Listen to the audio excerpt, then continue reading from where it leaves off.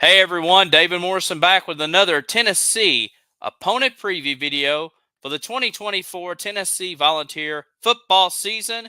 And we have come to our toughest opponent of the season, no doubt about it. November 16th, Sanford Stadium in Athens, Georgia, the Georgia Bulldogs, as Tennessee will hit the road that day. Georgia had another, super season, if you will. 13-1 on the year, 8-0 in SEC play. They did lose their first game in 2 years, losing to Alabama in the SEC championship game, but then went on to the Orange Bowl and dismantled Florida State 63-3. Uh, so, like I said, Georgia still clearly on top of the college football world, despite not winning a national championship last year. But they are still the team to beat in college football. So let's talk about who is coming back for this Georgia team. Starts with quarterback Carson Beck, just shy of 4,000 yards passing last year. He should accumulate that this year. 24 touchdowns and 6 interceptions last year. They did lose arguably one of the best tight ends to come through Georgia, maybe the best through Georgia and SEC play, Brock Bowers, as he heads off to the NFL.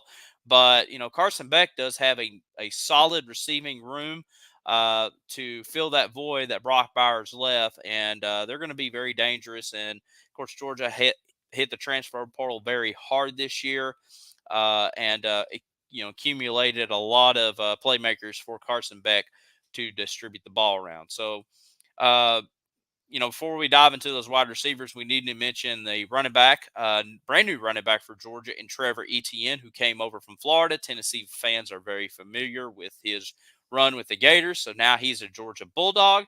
And then the wide receivers, you know, we'll start with Dominic Lovett, second in the team in receptions and yardage.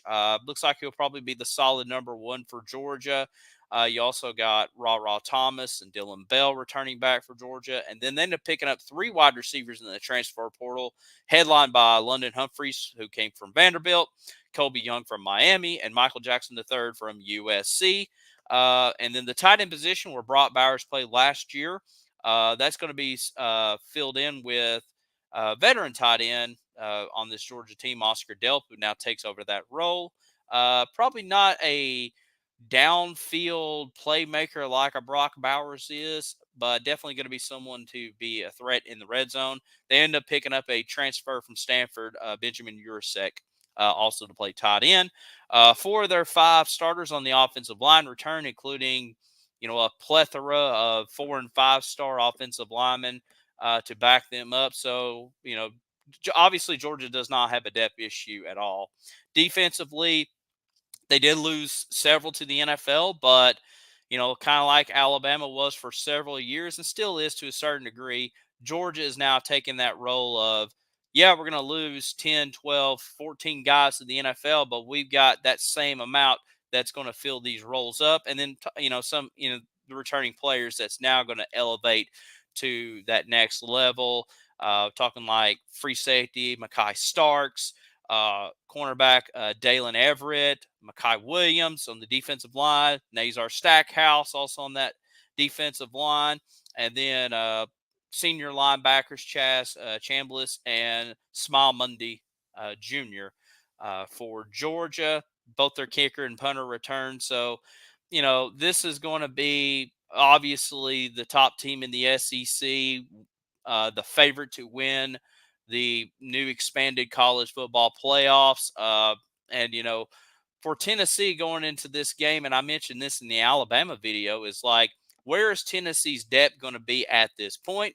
Because, you're going to have injuries throughout the year and you don't want to see it happen, but you're going to have guys banged up. You're going to have guys going to miss some time. You're going to have guys that's just gutted and get out. And even Georgia, to a certain degree, is going to have that too. But, um, Georgia has been that team the last 3 years in Josh Heupel's tenure that has shut down that, up tempo offense. And, they've just grinded to a halt. And when you kind of add some of those depth positions, or, maybe you have a lack of depth, going to a place like Georgia is going to be kind of tough for Tennessee. But, we'll see what happens with Josh Heupel in year 4 going into this contest.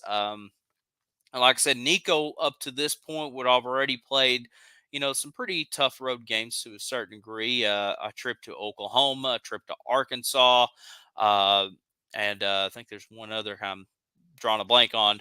But anyways, going to Athens, Georgia, I would say probably the most hostile environment that we're going to be faced throughout the whole season.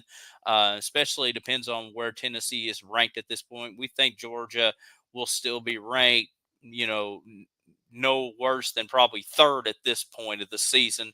I know Georgia, they do have some tough roads games coming up before we face them.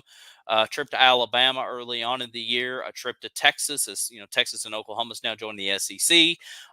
So the kind of the running joke and the eye roll from a lot of SEC fans about Georgia was, oh, Georgia has an easy road to the national championship. Well, I guess you could say one positive about having Oklahoma and Texas join is now you're going to see teams like a Georgia and Alabama and some of these top tier teams really be tested in different road environments and different styles. And I'm not saying, Georgia's going to fall off the face of the earth. They're definitely not, but definitely you're going to see Georgia really get tested at some really big hostile environments and taking on teams that, traditionally that may not they face every year. So should be interesting to see. I think like I said, for Tennessee, you want to find a way to obviously keep it close, but find a way to score on this Georgia defense. And we just have not seen that in the Josh Heupel era as far as facing Georgia goes. Georgia has had Josh Heupel's number the last 3 years, and once again going on the road, can Tennessee finally get a way to maybe make it a little bit close? It was close the very first play of the game when Tennessee went up 7-0, and then it just went Georgia's way. So, and also by this point, where is Tennessee? If they're in playoff contention or they're already clinched a bowl game, or where are they at in this season? Like I said, and we're not really doing wins loss predictions throughout these videos, but definitely what is going to be the mindset going into this contest, and where's their positioning going to be at this point. But that's going to be a quick look at the Georgia Bulldogs. We still have one more team left on our schedule, and that is the Vanderbilt Commodores, as we wrap up the series of videos previewing every Tennessee football opponent for this season. So until next time, we'll see you in the very last video as we preview Vanderbilt to a certain degree.